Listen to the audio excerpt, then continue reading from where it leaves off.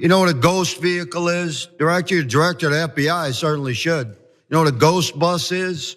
A ghost bus? Ghost bus. I'm not sure I've used that term before. Okay. Well, it's pretty common in law enforcement. It's a vehicle that's used for secret purposes.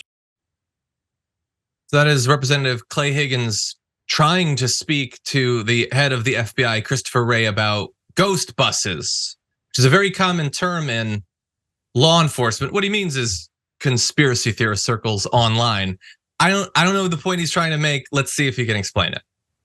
These two buses in the middle here, they were the first to arrive at Union Station on January 6th, 0500. I have all this evidence. I'm showing you a tip of this iceberg. Mr. Chairman. These two buses Mr. are Chairman. painted completely white.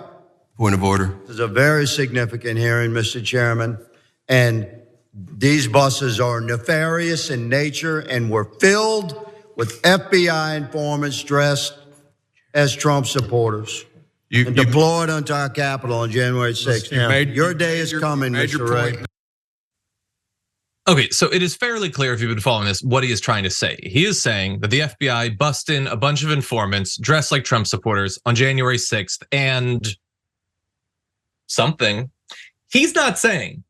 They tried to get him on the record saying that he is saying that the FBI caused the violence on January 6th, and he won't do that because that's utterly insane. But I would have a separate question for him.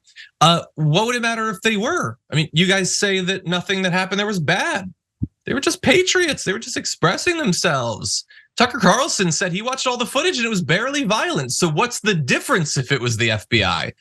But anyway, that's what's supposed to pass for evidence. He has a photo of buses, and that's supposed to convince everyone that it was filled with hundreds of big burly FBI informants. I honestly don't know, Mondale. What do you think?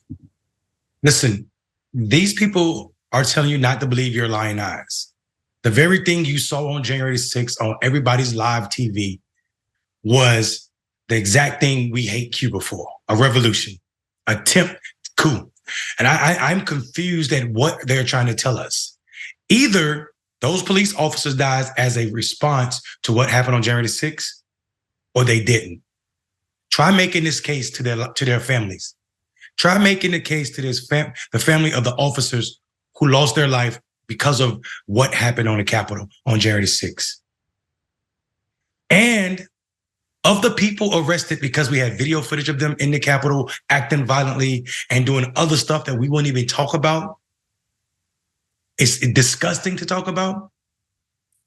Why aren't any of them being arrested? All of these informants, where are the pictures of these informants? The people we're picking up are just Trump people. They had Trump flags. They've been to Trump rallies. Their social media platform, their households are all Trump. They had Trump material everywhere. These are not FBI informants. These are Republican folk. These are your people. It went from Antifa to FBI informants. And the fact that you're sitting talking to the FBI director about something that happened on conspiracy theory, and then you send him a message and you know what you said, John. This is what he said.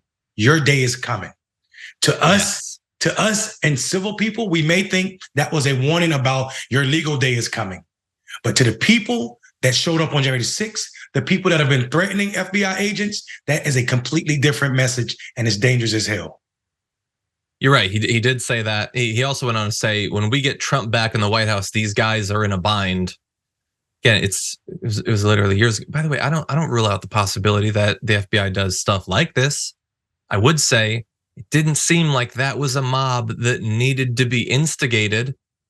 And let's say that you were an FBI informant that was bussed in, despite the lack of evidence, to rile up the crowd. You must have felt like it was like a half day when you get there and the crowd that you're supposed to inspire to attempt a coup goes to a series of speeches from Trump and Giuliani and others telling them to go down there and break up the proceedings. Like, even if that's what they were there to do, they didn't have to do it because there were countless speakers desperately trying to get them to do that.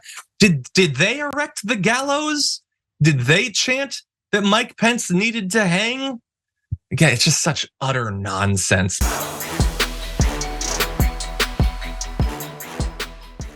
Check out the Damage Report podcast each day, wherever you get your podcasts, whether Pocket Casts or Stitcher or iTunes. You can join me as I give you the news and stories you want, with a range of co-hosts and interview guests jumping in on the fun each day. Again, that's the Damage Report, wherever you get your podcasts. And if you get them at iTunes, don't forget to rate and review. Sometimes I'll read them live on the show.